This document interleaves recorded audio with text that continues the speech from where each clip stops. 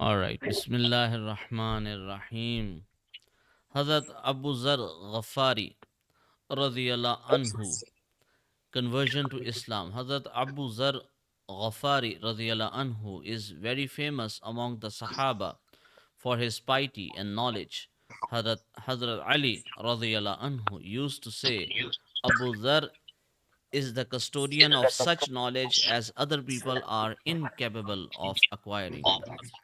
When he first got news of the Prophet's sallallahu alaihi wasallam's Sallallahu Alaihi mission, Wasallam. he deputed his brother to go to Mecca and make investigations regarding the person who claimed to be the recipient of divine revelation. His brother returned after necessary inquiries and informed him that he found Muhammad sallallahu alaihi wasallam Sallallahu to Alaihi be a Wasallam. man of good habits and excellent conduct, and that his wonderful revelations were neither poetry nor soothsayings. This report did not satisfy him, and he decided to set out for Mecca and find out the facts for himself.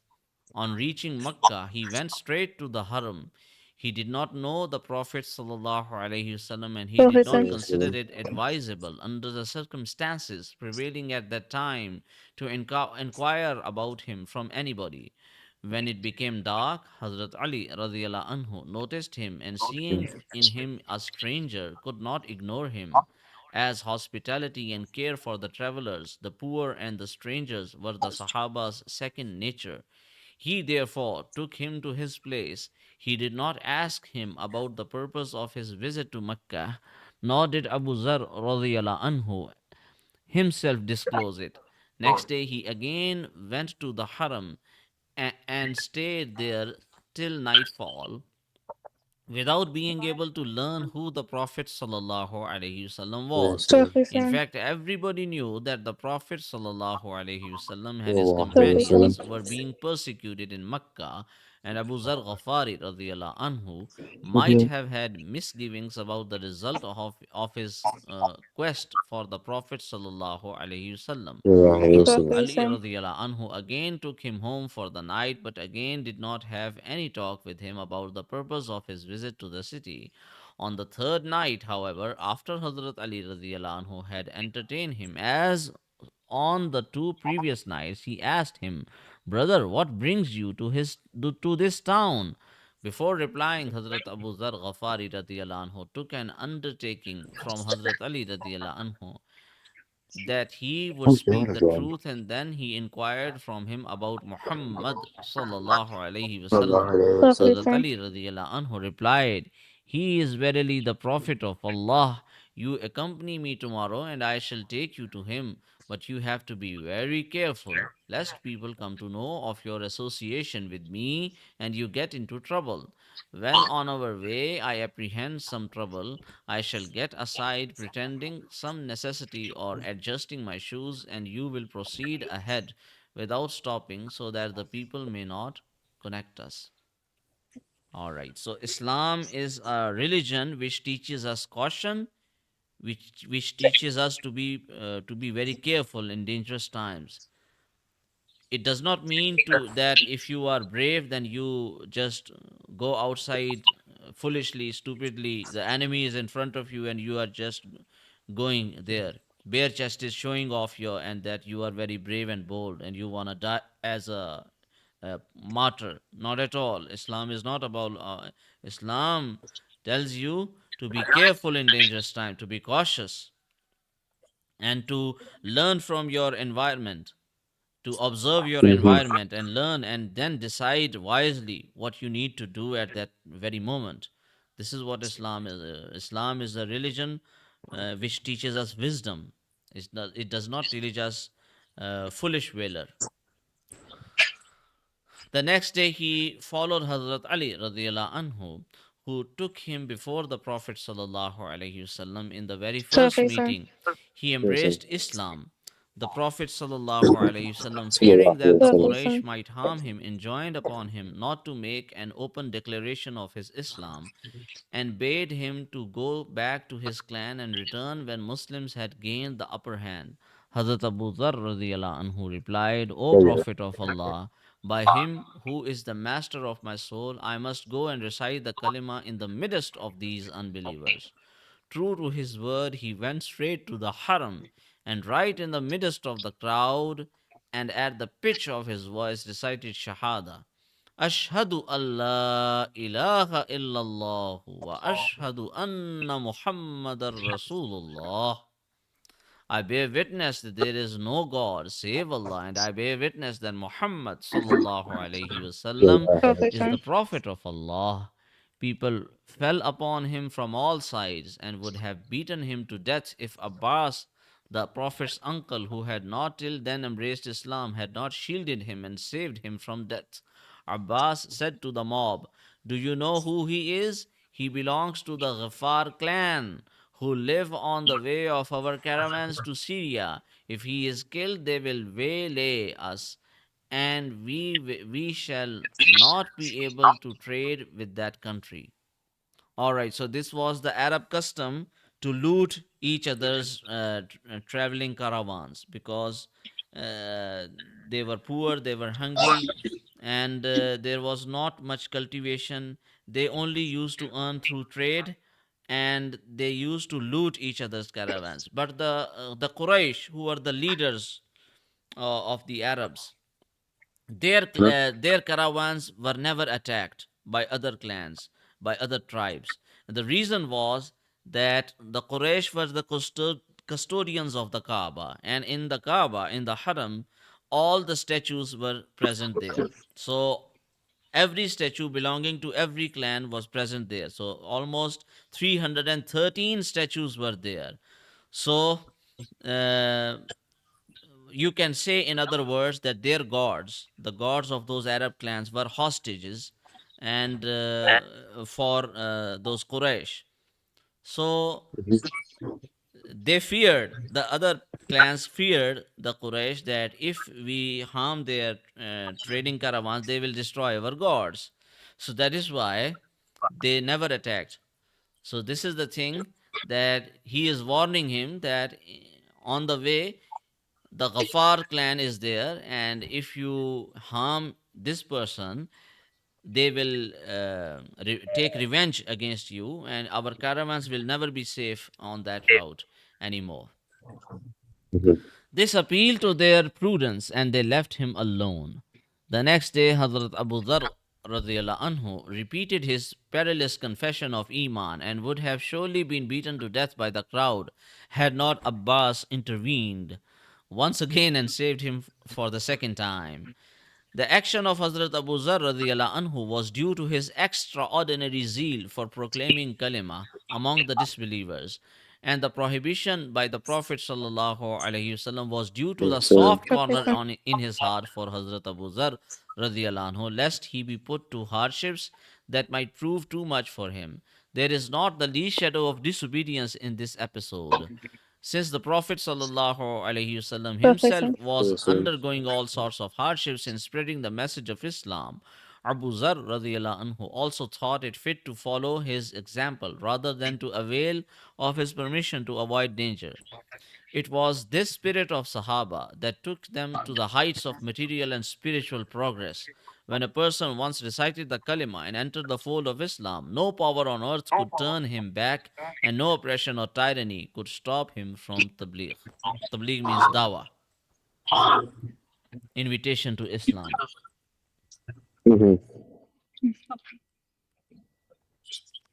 The affliction of Hazrat Khabbab bin al-Arat radiyallahu anhu.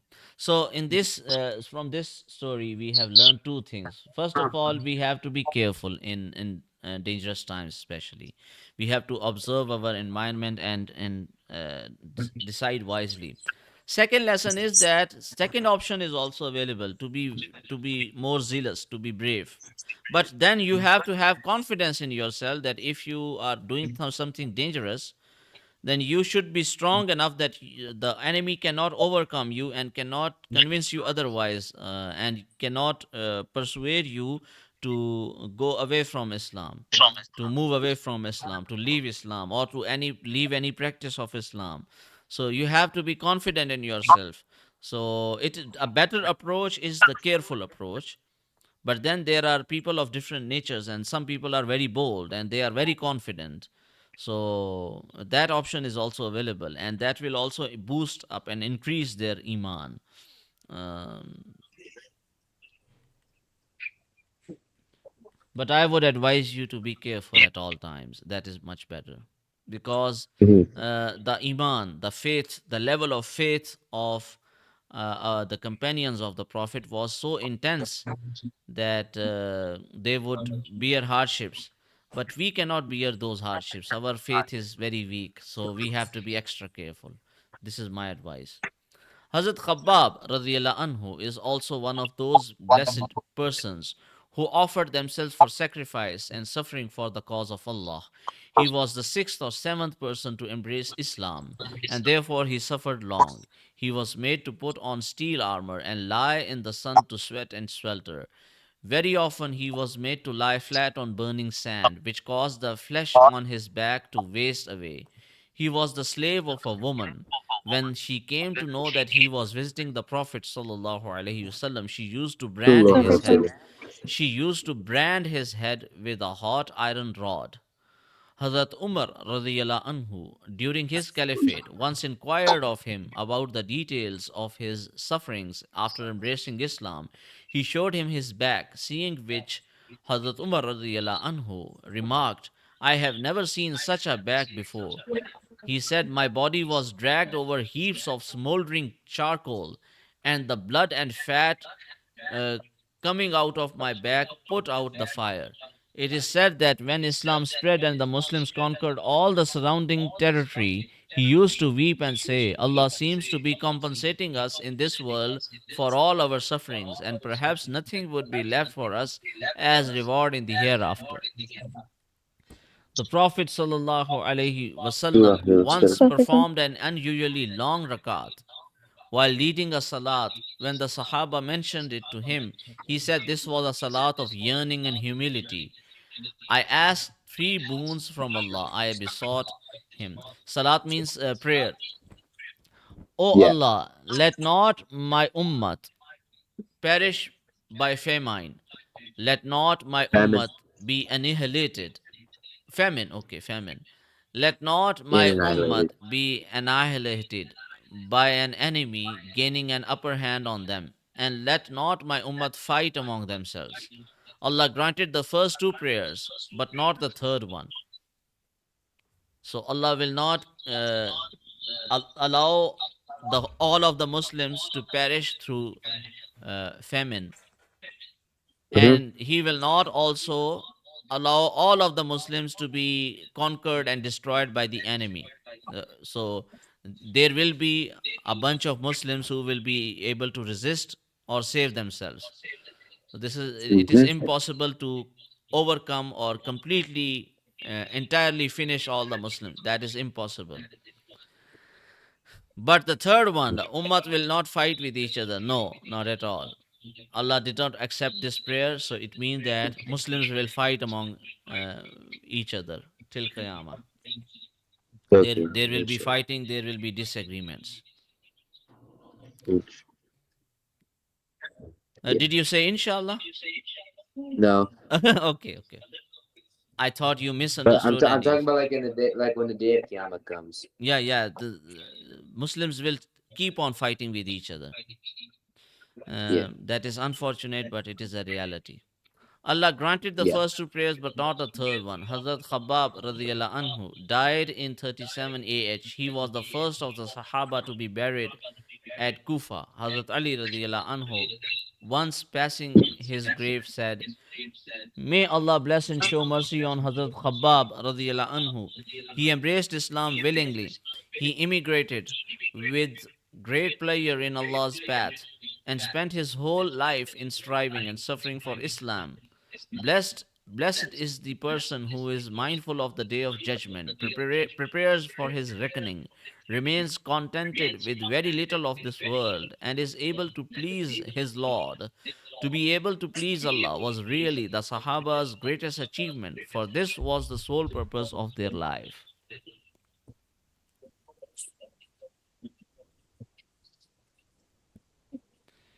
When I visited Balochistan in Pakistan for dawa Mhm. work, they sent us to a village in the mountain, and I saw huts made up of stones, and Mhm. there was no electricity, and people would drink water from the ponds. There was no clean water, there was no tap water, and they would just drink rainwater. And in the same pond, animals would drink, and in the same pond, humans were drinking water. We were not Oh, able to drink that water because of the smell and because of the taste of that water. So we used to travel 4 to 5 kilometers and would go to the river, and there we would take water from for us. And for a long time, a long period of time, there was no rain in that area. So it was a very difficult period. But they were very hospitable, and they sacrificed 25 sheep. And we lived there 30 days doing dawa work, and they sacrificed 25 sheep of their own for us to eat. So very hospitable, very nice, very gentle people, but very difficult to live. They were very living in a very harsh and difficult environment. So yeah, when I read the stories of the Sahaba, then it reminded their lifestyle reminded me of the lifestyle of the Sahaba. How much difficult life they have been living without technology, without all of these facilities which we have, and yet they were so much bolder. They were so much better in Islam than us. So we have to try our best to practice Islam, and we have to thank Allah for His blessings. We are living in very good times as far as technology is concerned, and as far as ease of life and comfortable living is concerned. Are you getting my Mm, point, Jibril and yeah. Aziza? I'm getting your point. I get it. All right. Assalamu alaikum wa rahmatullah. Wa alaikum